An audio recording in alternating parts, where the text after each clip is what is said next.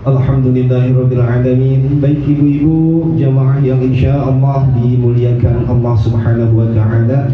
Jika ibu-ibu perhatikan tadi di dalam surah Ar-Rahman, ini ada kuis nih dari Bu Haji nih. Kalau yang bisa jawab nanti Bu Haji traktir cilok Bu Haji ya. Ada berapa ratus kali kalimat fabi ayyi ala'i rabbikuma tukadziban di dalam surah Ar-Rahman? Berapa? 31 apa 33? Oh, jadi mikir lagi. Berapa ya? 31.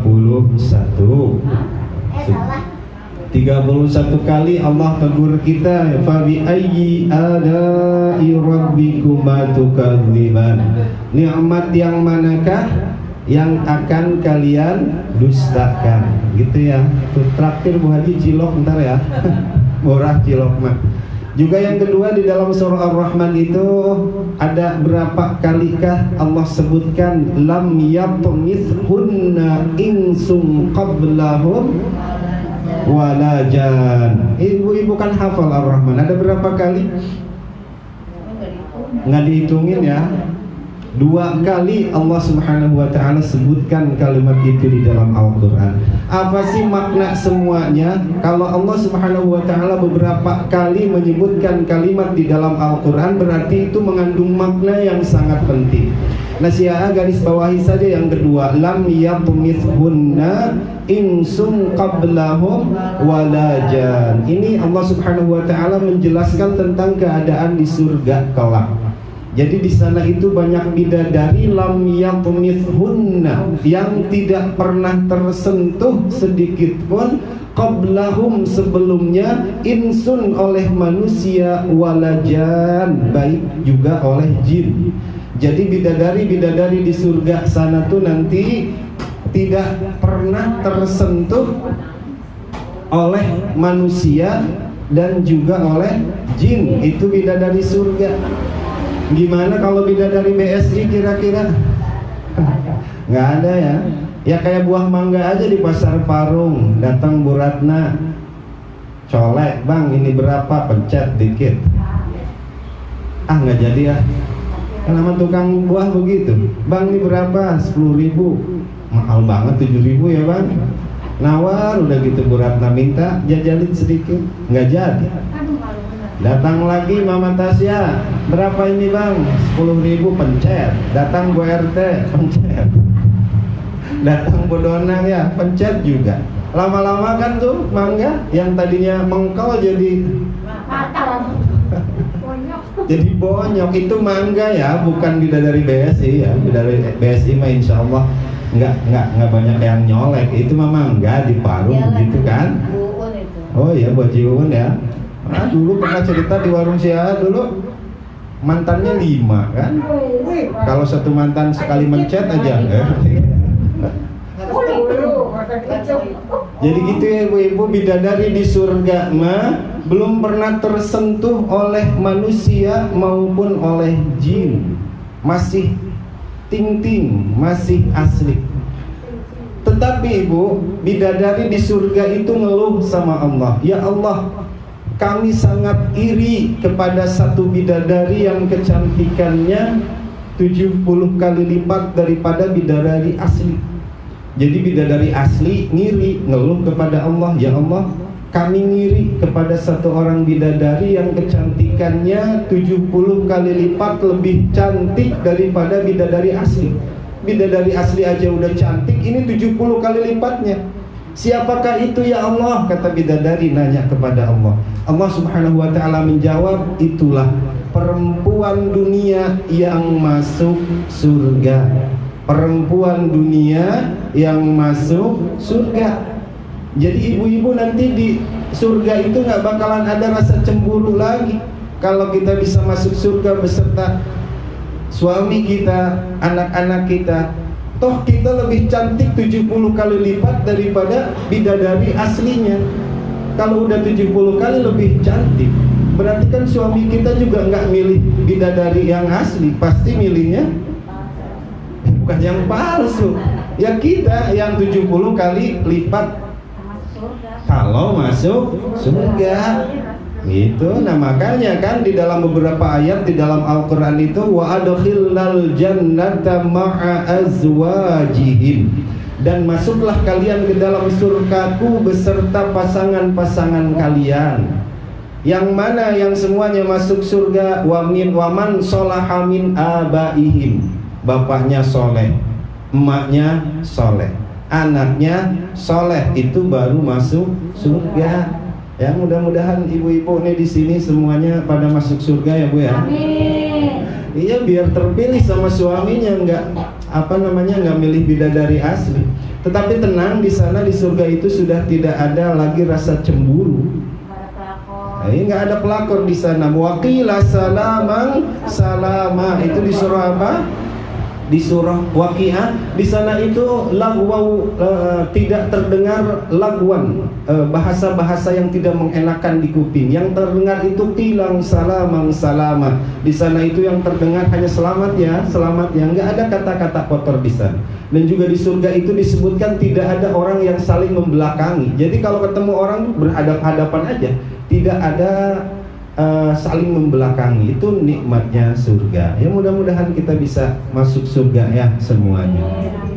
Nah baik ibu-ibu jemaah yang insyaallah dimuliakan Allah Subhanahu wa taala.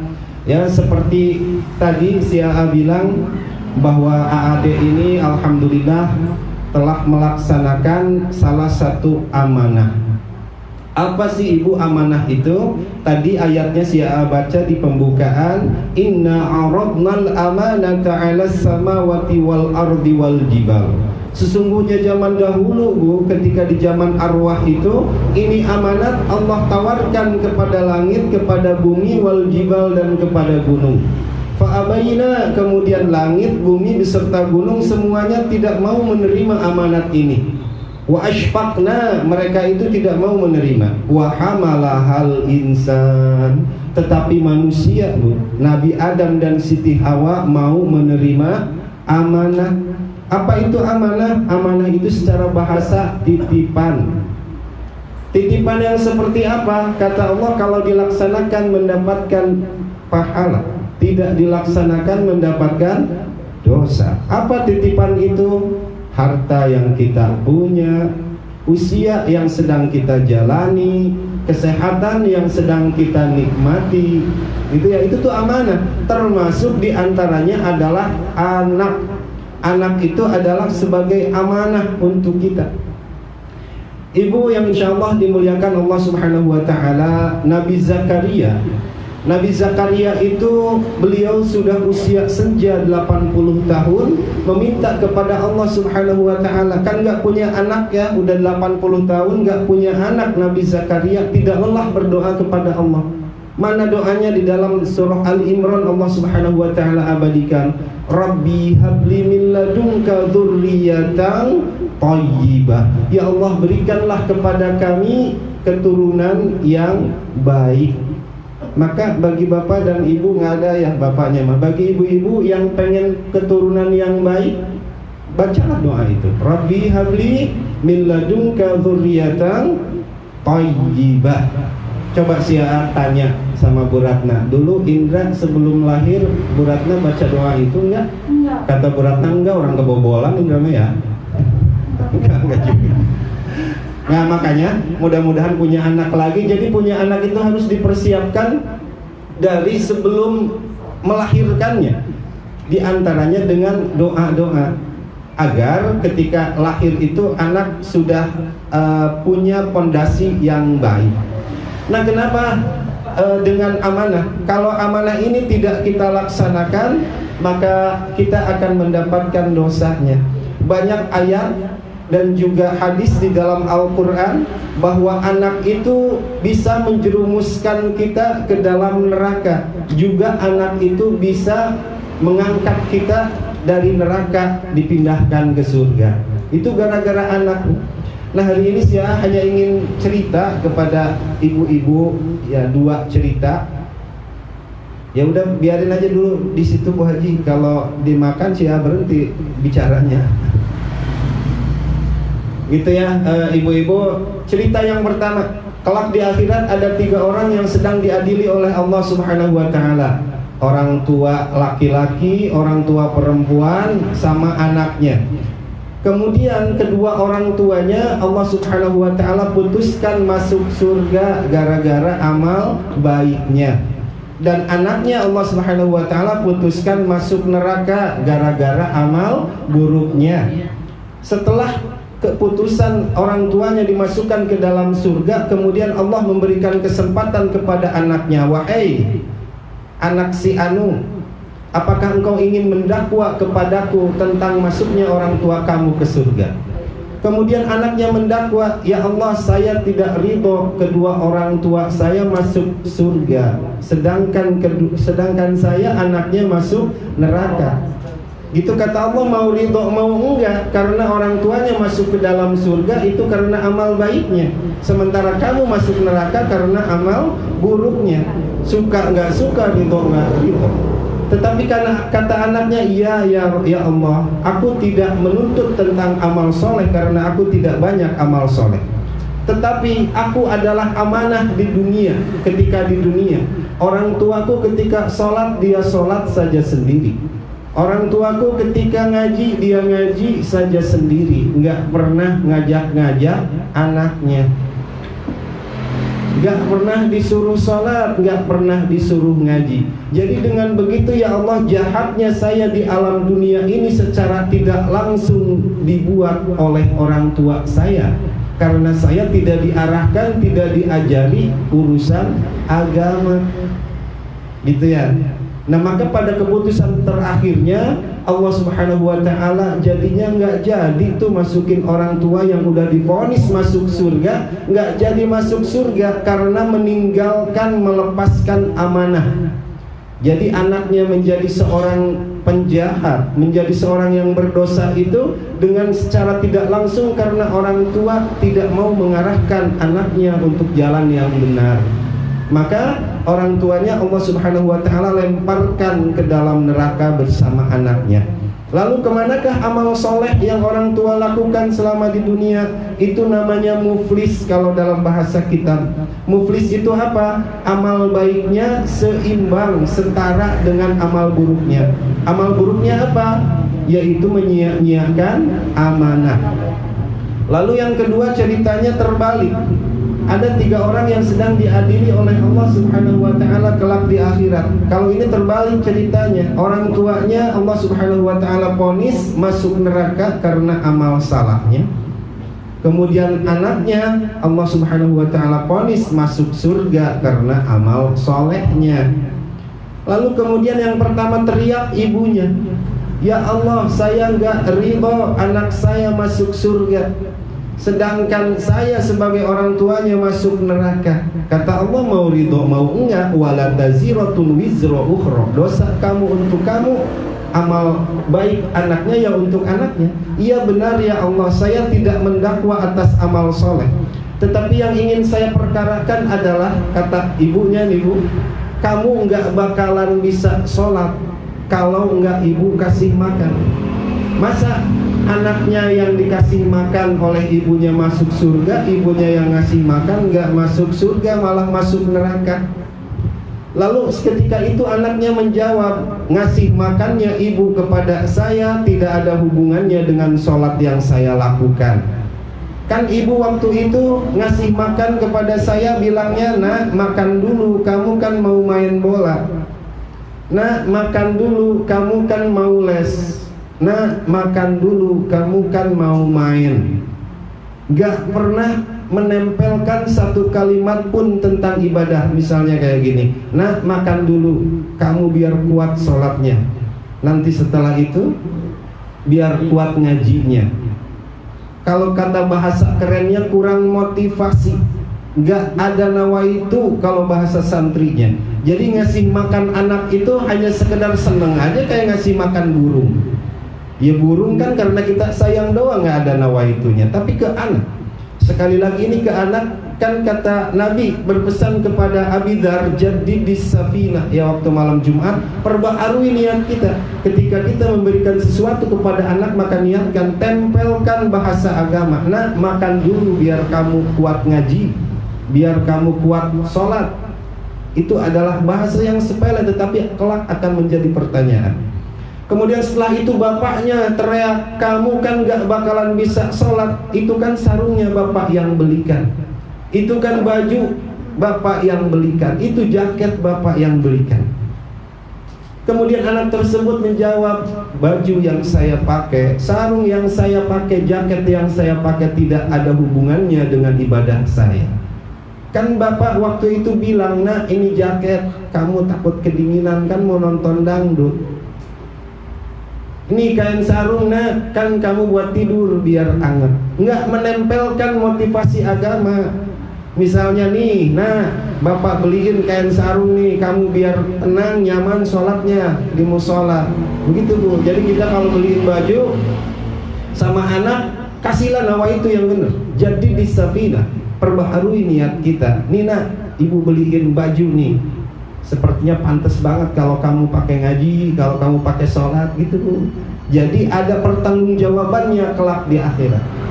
Lalu pada akhirnya bagaimana? Tetap orang tuanya terjerumus ke dalam neraka, anaknya masuk surga. Enggak bisa nolong ibunya karena ibunya menyia-nyiakan amanah. Kata anaknya, kata ibunya, ya Allah, dia kan bisa ngaji lantaran saya, kata ibunya. Kemudian anaknya menjawab, ibu dulu ketika di dunia, ibu nggak pernah nyuruh ngaji ke saya mah ikut-ikutan aja sama anak-anak yang lain. Di musola ada pengajian, dia ikut. Ketika sholat ikut, nggak pernah dititipkan sama orang tuanya.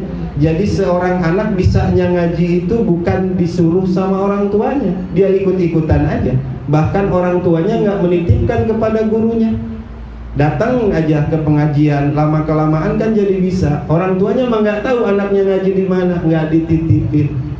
Tuh yang begitu tuh, walaupun anak bisa ngaji, tetapi orang tua tidak ikut andil, tetap tidak bisa menyelamatkan. Tetap seorang anak tidak bisa menyelamatkan musibah atau kecelakaan orang tuanya kelak di akhirat. Nah baik, ibu jamaah yang insyaallah dimuliakan Allah subhanahu wa ta'ala. Tetapi di dalam beberapa hadis juga disebutkan, ada seorang anak yang soleh, Allah subhanahu wa ta'ala vonis masuk surga. Tetapi setelah di pintu surga, dia balik lagi dan bertanya kepada Allah, ya Allah, berikan aku kesempatan, tolong carikan orang tuaku. Aku tidak akan masuk surga kalau aku tidak bersama kedua orang tuaku. Itu Bu, seorang anak soleh yang ketika di dunia ini bukan hanya bungkus kulitnya atau bajunya, bukan hanya saja isi perutnya atau makannya yang diperhatikan oleh orang tua, tetapi isi kepalanya pun juga diperhatikan. Jadi bisanya ngaji dia, bisanya sholat dia, ada andil orang tua di dalamnya. Baru yang begitu anak bisa menolong kepada orang tua. Jangan sampai anak kita bisa ngaji itu kita nggak ikut andil di dalamnya. Anak kita bisa ngaji lantaran ikut-ikutan, nggak dititipin sama orang tuanya. Itu anak kita bisa ini itu nggak ada andil dari kita. Yang begitu kita jadi celaka sendiri. Nah Sayyidina Umar radhiyallahu anhu ditanya tentang bagaimana menyiapkan seorang anak yang soleh.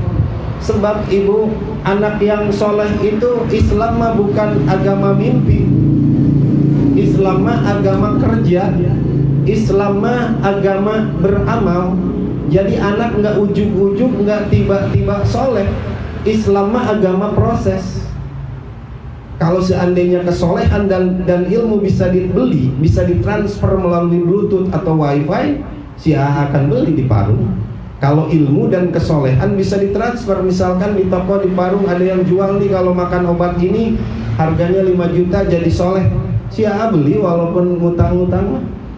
Soleh sama ilmu mah harus melalui proses. Nah prosesnya yang seperti apa? Yang pertama kata Sayyidina Umar, ayyan taqiya ummuhu, Yang pertama, kalau anak kita pengen soleh dan menjadi andalan untuk kedepannya, ayyan taqiya ummuhu, pilihkan ibunya yang terbaik. Kalau ibu aslinya ada, ya ibu aslinya yang ngurus, ibu aslinya yang ngajar anaknya. Tetapi andaikan tidak ada, maka carilah orang untuk mengurus anaknya yang terbaik.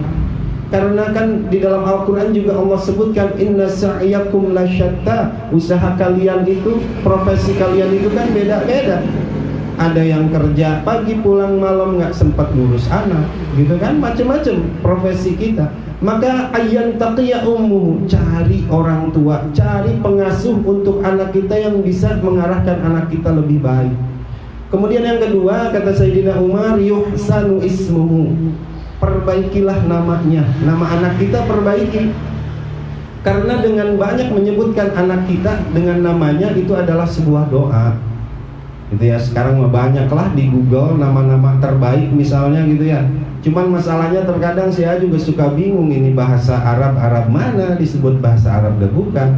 Kita kalau nyari nama kan cari di Google, yang penting enak aja kedengerannya, kita rangkai aja sendiri, maknanya mah bodo amat. Ya lebih baiknya Bu Ratna kalau punya anak lagi ya konsultasilah dengan yang tahu. Jangan sampai mentang-mentang bahasa Arab. Dulu pernah ada di kampung namanya Neng Robbul Izzati dulu ya Pak ya. Namanya Neng Robbul Izzati. Mentang-mentang Robbul Izzati itu bahasa Arab, dia nggak tahu artinya. Anak baru 2 tahun panas mulu, step mulu. Pas ditanyain sama Ustaz, lah iya panas, namanya Neng Robbul Izzati. Robbul Izzati itu kan panggilan untuk Allah ya. Robbul itu Tuhan, Izzati yang mulia. Itu jangan mentang-mentang itu dari bahasa Arab kemudian diambil. Nah itu yang kedua. Kemudian yang ketiga, wa'allamahul Qur'an. Kewajiban orang tua kepada anak yang ketiga itu adalah berikan pendidikan tentang Al-Quran, ibu-ibu. Nah maka ibu-ibu kalau punya anak laki-laki dan perempuan, itu tuh lebih berat punya anak perempuan daripada laki-laki. Ibu kalau punya anak perempuan itu kan baliknya litis isini nasanatan.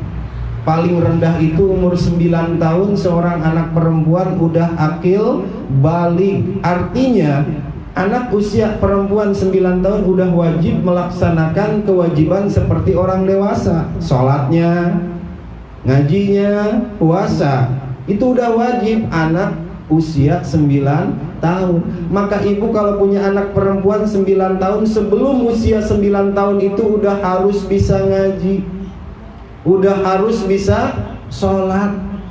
Kalau kita punya anak perempuan itu lebih lebih berat. Tetapi umumnya anak perempuan itu lebih ngerti daripada anak laki-laki. Nah maka oleh karena itu sekali lagi, kalau kita punya anak perempuan, ibu sebelum usia 10 tahun seorang anak perempuan udah harus bisa ibadah sendiri, udah harus bisa ngaji. Nah kalau laki-laki masih mending, laki-laki mah rata-rata 15 tahun akil baliknya, masih rada mending, beda 6 tahun dengan perempuan. Jangan sampai ya di lingkungan kita pun juga sepertinya masih seperti itu ya. Anak udah SMP, kadang udah SMA belum bisa membaca Al-Quran. Maka kita tugasnya sebagai orang tua, mumpung masih hidup, setidaknya kalau kita nggak bisa ngajarin sendiri, kalau bisa kita ajarin dengan ilmu yang kita punya. Tetapi kalau nggak bisa, berbagi tugaslah dengan ustadz atau ustadzah, berbagi tugas gitu ya. Ibu tugasnya mencari nafkah, ngisi isi perutnya. Ustadz, ustadzah tugasnya adalah ngisi isi kepalanya, ngaji, biar bisa ngaji seorang anak itu, Bu, agar kelak di akhirat ketika kita masuk surga divonis oleh Allah, kita enggak dijerumuskan oleh anak yang enggak bisa ngaji. Maka apapun caranya, banyak di dalam Al-Quran juga Allah Subhanahu wa ta'ala sebutkan ketika membangunkan subuh ya, terutama anak kita subuh itu kalau dibangunin susah bener. Maka kata para ulama, percontohannya adalah seperti rumah kita kebakaran. Kalau rumah kita kebakaran kemudian anak kita sedang tidur pulas di dalam kamar, mungkin apapun caranya akan kita lakukan agar anak tersebut bangun. Diguyur, digusur agar anak kita bangun kalau rumah kita kebakaran. Nah begitu cara membangunkan anak sholat subuh tuh. Ini apalagi kelak di akhirat kalau nggak sholat subuh mulu kan berarti jadi neraka, lebih daripada kebakaran panasnya. Sekali lagi ya untuk ibu-ibu berbahagialah yang anaknya di pesantren. Walaupun memang susah sumbal, berat kita membiayai anak. Si A pun juga sama, berat membiayai anak. Si A ngutang ke sana kemari berusaha. Itu bukan si A tidak terlalu mengharapkan ketika Erik pulang pesantren itu menjadi ustadz, tidak. Tetapi setidaknya selama 6 tahun anak kita di pesantren, insya Allah sholatnya nggak ketinggalan dan juga berjamaah. Coba si A mau tanya sama ibu-ibu, kalau anak kita di rumah selama 6 tahun, ibu bisa jamin nggak anak kita setiap waktu sholat dan berjamaah? Akan boro-boro. Anak kita yang di rumah mas sepertinya kebanyakan main handphone daripada ngajinya, daripada sholatnya. Tetapi anak di pesantren setidaknya walaupun dia keluar nggak punya ilmu, tetapi 6 tahun dia dibiasakan untuk melaksanakan sholat tepat waktu, dan insya Allah itu dijamin berjamaah. Kalau di pesantren kan nggak berjamaah, diguyur. Lama-kelamaan selama 6 tahun itu kan bisa menjadi kebiasaan. Nah cuma itu hikmah yang ingin Sia dapatkan. Nah oleh karena itu mari kita berdoa ibu-ibu, mudah-mudahan ya anak-anak kita yang masih kecil, mudah-mudahan kita juga diberikan rezeki yang banyak sehingga anak kita itu bisa pesantren, Bu. Karena untuk zaman seperti sekarang ini pesantren adalah tempat yang paling teraman lah untuk saat ini. Agar anak kita bisa mau untuk masuk pesantren itu berarti kita harus ada usaha. Kan kebanyakan anak kita itu nggak mau ya masuk pesantren. Ya kenapa? Karena kitanya nggak nyontoin. Nah sholat nah lah kitanya nonton TV-mu. Nah sholat nah kitanya main TikTok-mu. Harusnya bagaimana tuh? Ibda bin nafsik, mulai dari diri sendiri. Kalau kita nyuruh anak sholat ya kitanya udah sholat. Si A pikir-pikir punya anak itu hanya 12 tahun ibu-ibu. Si A mencontohkan selama 12 tahun ini kepada anak, mungkin nggak 12 tahun ya, anak mulai ngeh itu mungkin 6 tahun 6 tahun sama, ya 6 tahun lah. Jadi selama 6 tahun itu harus bisa kita mencontohkan, membuat drama yang setiap hari dia lihat.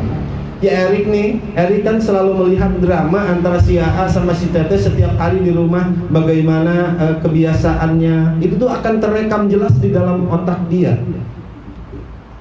Kemudian setelah 12 tahun kan keluar SD dia pergi pesantren. Sampai sekarang udah 6 tahun tuh, udah usia 18 tahun. Di rumah si A tinggal sama Teteh aja berdua. Ntar udah keluar pesantren, ada milik rezeki kuliah. Keluar lagi dia kos di mana. Ntar udah kelar kuliahnya, Allah berikan rezeki kerja, hilang lagi. Ntar Allah berikan rezeki umur panjang, dia nikah, udah. Si A tuh punya anak cuma 12 tahun. Dan kita contohkan, peragakan tentang drama kehidupan kita itu cuma 6 tahun kepada anak. Ya maka mudah-mudahan saya doain ibu-ibu punya anak baru lagi ya Bu ya. Dari sekarang berdoa. Amin. Amin. Bu Haji dari mana? Kata Bu Haji, milik mah dari mana aja lah. Tadi doanya Rabbi habli min ladunka dzurriyyatan thayyibah. Gitu ya ibu-ibu, sekali lagi mudah-mudahan ini syaqil dan azki. Allah Subhanahu wa taala jadikan anak-anak yang pintar ngaji ya, Dek. Mudah-mudahan kelak di akhirat kalau anak kita soleh, ibu jangankan di akhirat, di dunia pun juga udah berasa manfaatnya kalau anak kita soleh. Ibu, anak kita soleh itu belum aja ngedoain udah pahala mulu buat kita. Kalau punya anak soleh mah, sholatnya dia, ngajinya dia, berbuat baiknya dia, itu kita kebagian fee-nya. Ibarat usaha MLM ya, multi level marketing. Kita tuh upline, anak kita downline. Anak kita belanja, downline-nya, upline-nya juga kebagian fee-nya. Maka ketika anak kita beramal soleh, ngalir aja terus, maka anak itu sebagai investasi. Oleh karena itu, terakhir dari Siaha, ibu, anak kita teh jangan diperhatikan isi perutnya saja, jangan diperhatikan bungkus kulitnya saja, tetapi perhatikan isi kepalanya. di samping ilmu pengetahuan umum, tetapi jangan lupa ilmu pengetahuan akhirat yang itu kelak akan dipertanyakan kepada kita. Jangan sampai kita itu seperti kisah yang tadi, kita sama suami kita udah soleh, Allah vonis masuk surga, tiba-tiba kita mau masuk surga dibetok sama anak kita jadi masuk neraka gara-gara anak kita nggak bisa ngaji, gara-gara anak kita ya begitulah. Nah baik ibu-ibu yang insya Allah dimuliakan Allah Subhanahu Wa Taala, mudah-mudahan sekali lagi kita semua Allah Subhanahu Wa Taala selalu berikan keimanan, keislaman yang sempurna. Semoga kita selalu disehatkan jiwa dan raga. Semoga kita selalu dimudahkan, dilancarkan dalam setiap urusan kita, baik urusan dunia terlebih lagi urusan akhirat.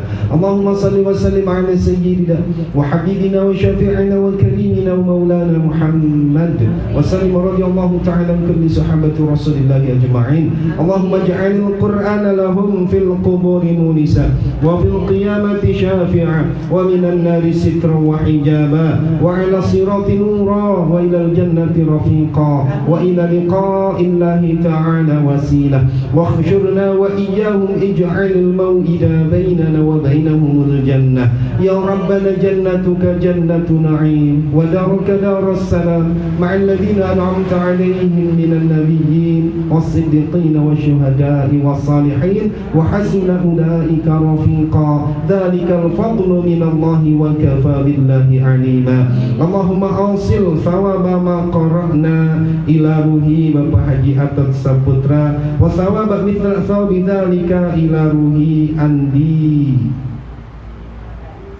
Mardais wa thawaba mithla thawabi dzalika ila ruhati min Tarsih wa thawaba mithla thawabi dzalika ila ruhi Bapak Enjo wa thawaba mithla thawabi dzalika ila ruhi Bapak Umin wa thawaba mithla thawabi dzalika ila ruhi Bapak Yunus Wane. Allahumma ighfir lahum warhamhum wa'afihim wa'fu anhum wa thawaba mithla thawabi dzalika ila arwahi jami'il muslimin wal muslimat wal mu'minina wal mu'minat min masyariqil ardi ila magharibiha fi barriha wa bahriha min yaminiha ila shimaliha يا حي يا قيوم برحمتك أستغيث اللهم لا سهل إلا ما جعلته سهلا وأنت تجعل الحزن إذا شئت سهلا اللهم لا تكلنا إلى أنفسنا طرفة عين واصلح لنا في شأننا كله لا إله إلا أنت اللهم اجعل هذا جمعنا جمعا مرحوما ya Allah jadikanlah pertemuan kami pada siang hari ini pertemuan yang Kau berikan rahmat dan juga keberkahan.